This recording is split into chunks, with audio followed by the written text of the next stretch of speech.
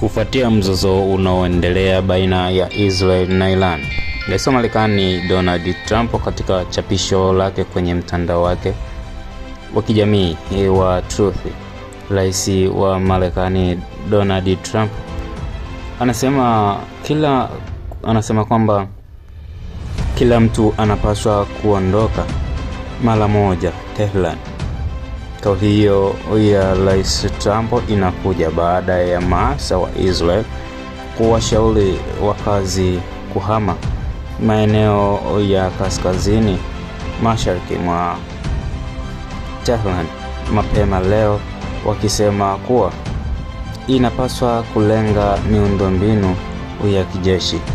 Trump anaongeza kusema kuwa Irani ilipaswa kutia saini makubaliano ambayo niliyaweka mbele yao katika duru la hivi karibuni zaidi ya mazungumzo ya nyuklia baina ya Marekani na Iran. Kwa kifupi, Irani haiwezi kuwa na nyuklia. Anaandika, nilisema tena na tena, kila mtu anapaswa kuondoka mara moja Tehran.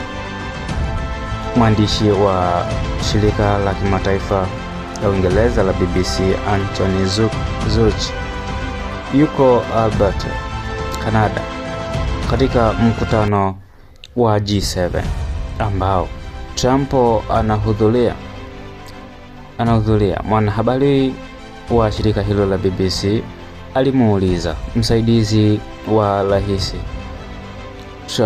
rais wa vyombo vya habari kwa ajili ya ufafanuzi zaidi kwenye chapisho lake la mtandao wa kijamii wa The Truth. Zurich aliagizwa kuwasiliana na timu kuu ya waandishi wa habari wa White House huko Washington DC, Marekani kwa ajili ya maoni. Endelea kufuatilia